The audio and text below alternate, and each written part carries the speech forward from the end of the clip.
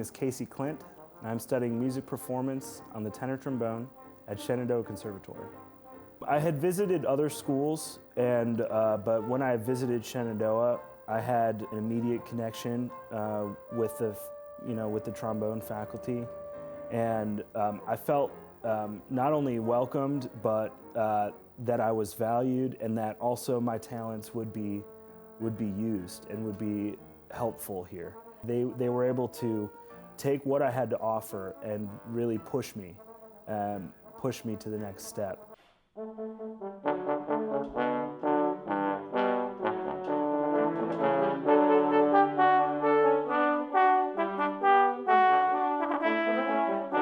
My name is Charise Rodriguez. I am a trombone student at Shenandoah Conservatory.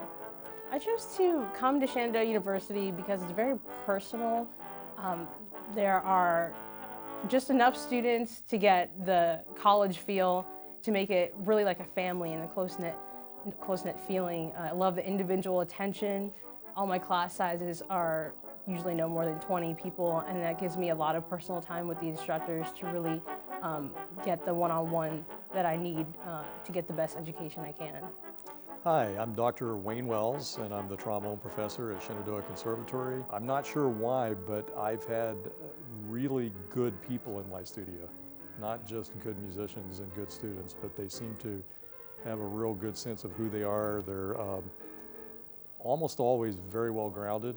You're often dealing with young adults who, perhaps because it takes so much self-discipline and self-knowledge to learn to play an instrument well, by the time they come to me, they're often pretty interesting, well-formed, hard-working young adults.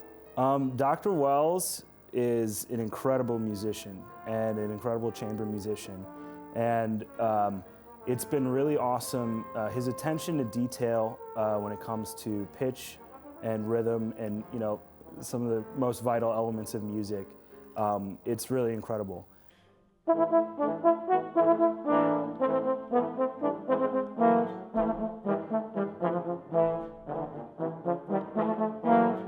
My approach to teaching trombone is what I like to consider a holistic approach, and by that I mean first and foremost I like to demonstrate, because when you get past all of the fancy jargon about teaching, when it comes to playing an instrument, it is first and foremost about hearing something as a model and then reproducing it.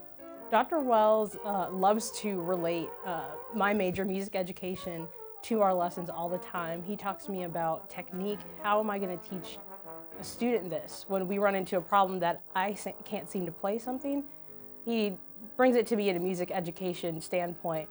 Okay, if you run into this problem, how are we going to teach this to your students, as well as learning it? How are we going to learn it? I think that the biggest thing that Dr. Wells has given me has been looking at music and breaking it down and trying to pull the music out of the notes. I think that reading notes on a page is a lot different from playing music and making music. And I think that's something that Dr. Wells has definitely drawn a distinction for me, and what to use to create a more impactful musical moment for the listener.